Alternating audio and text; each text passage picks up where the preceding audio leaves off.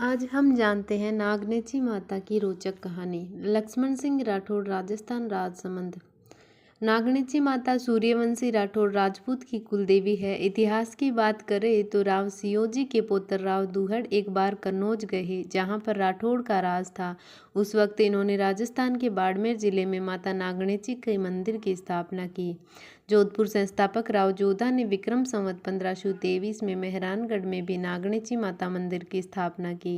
जोधपुर राज्य की ख्यात में लिखा है कि राव दुहड़ विक्रम संवत 1248 ज्येष्ठ सुदी 13 को कर्नाटक देश कुल देवी चक्रेश्वरी जी सोनारी मूर्ति लाए न गांव नागाणा थापट की वियो। 300 नागणेची कहाई मूर्ति में सिंह पर सवार मां नागणेचा के मस्तक पर नागफन फैलाए। माता के हाथों में त्रिशूल व खप्पर है। नागणेची माता को नागणेचा, मनसा देवी, राठेश्वरी और पंखणी माता भी कहते हैं। राठौड़ वंश की कुलदेवी का मुख्य मंदिर बाड़मेर जिले में है। कल्याणपुर के पास नागाणा गांव में स्थित है। यह मंदिर जोधपुर से 96 किलोमीटर दूर है। नागणेची माता के महर्षि मर्दिनी का स्वरूप है। बाज या चील उनका प्रतीक चिन्ह है, जो मारवाड़, जोधपुर, बीकानेर तथा किशनगढ़ रियासत के झंडों पर देखा जा सकता है।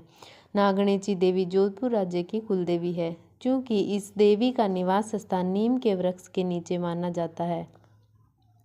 अतः जोधपुर में नीम के वृक्ष का आदर किया जाता है और उसकी लकड़ी का प्रयोग नहीं किया जाता। यही परंपरा राठौड़ वंश के राजपूत ज्यादातर गांव में आज भी निभा रहे हैं। एक बार बचपन में राव दुहड़ ननियाल गए, जहां उनके मामा का बरडोल पेट देखकर वे हंसी नहीं रोक पाए और जोर जोर से हंसने लगे। इस पर उनके मामा को गुस्सा आ गया और बोले कि अरे भाणेज, तुम मेरा बड़ा पेट देखकर हंस रहे हो, मगर तुम्हारे परिवार को बिना कुलदेवी का देखकर सारी दुनिया हंसती है। तुम्हारे दादाजी तो कुलदेवी की मूर्ति भी साथ लेकर नहीं आ सके, तभी तो तुम्हारा कहीं स्थायी ठौर ठिकाना नहीं बन पा रहा है। मामा की इस कड़वी बात पर राव दुहड़ ने मन ही मन निश्चय किया कि कुलदेवी की मूर्ति अवश्य लाऊंगा। वे अपने पिताजी राव आस्थान जी के पास खड़े लौट गए, लेकिन राव दुहड़ को यह पता नहीं था कि कुलदेवी कौन है, उनकी मूर्ति कहाँ है और वह कैसे लाई जा सकती है। उन्होंने तपस्या कर देवी को प्रसन्न करने का निश्चय किया। एक दिन बालक राव दुहड़ चुपचाप घर से निकल गए और जंगल में जा पहुँचे। वहाँ अन्न जन त्याग कर तपस्या करने लगे। बालहट के कारण आखिर देवी का हृदय पसीज गया।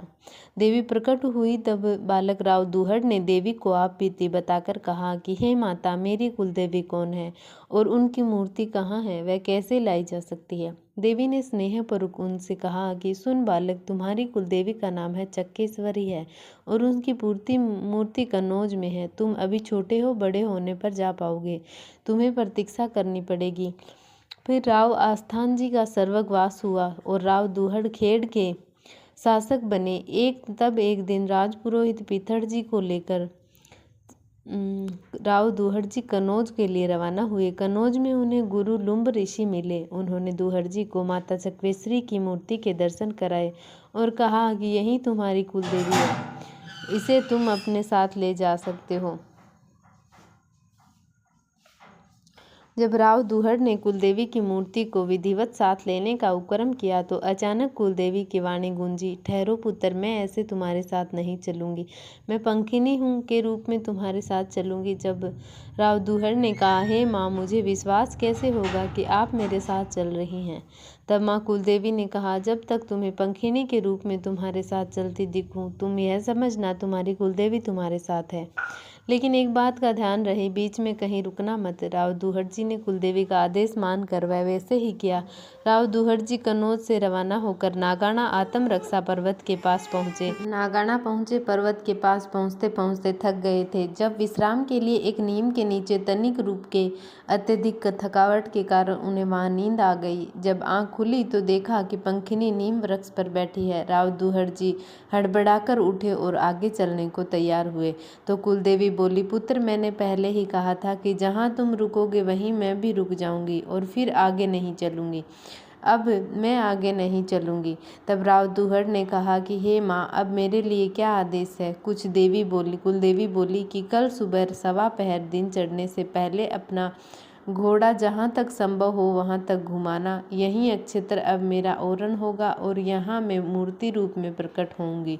परंतु एक बात का ध्यान रहे, मैं जब प्रकट होऊंगी तब तुम ग्वालियर से कह देना कि वह गायों को हाँक न करे, अन्यथा मेरी मूर्ति प्रकट होते होते रुक जाएगी।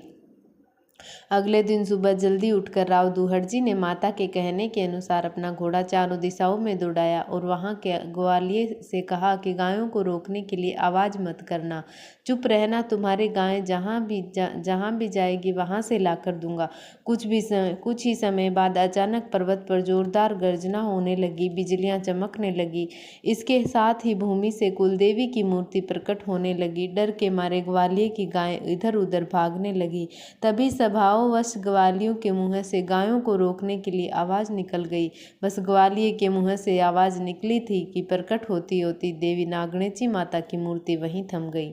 ऐसे में कमर तक ही भूमि से मूर्ति बाहर आ सकी। राव दुहड़जी ने होनी को नमस्कार किया और उसी अर्ध प्रकट मूर्ति के लिए सन 1305 वदी 10 संवत 1362 ईस्वी में मंदिर का निर्माण करवाया।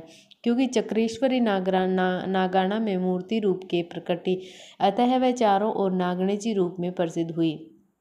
इस प्रकार मारवाड़ में राठौड़ों की कुलदेवी नागणेची कहलाई। 18 भुजा युक्त नागणेची माता के नागाना स्थित इस मंदिर में माघ शुद्ध सप्तमी और भाद्रपद शुक्ल सप्तमी को प्रतिवर्ष मेला लगता है और लापसी खाजा का भोग लगता है। सप्त धागों को कुमकुम रचित कर माथा प्रसाद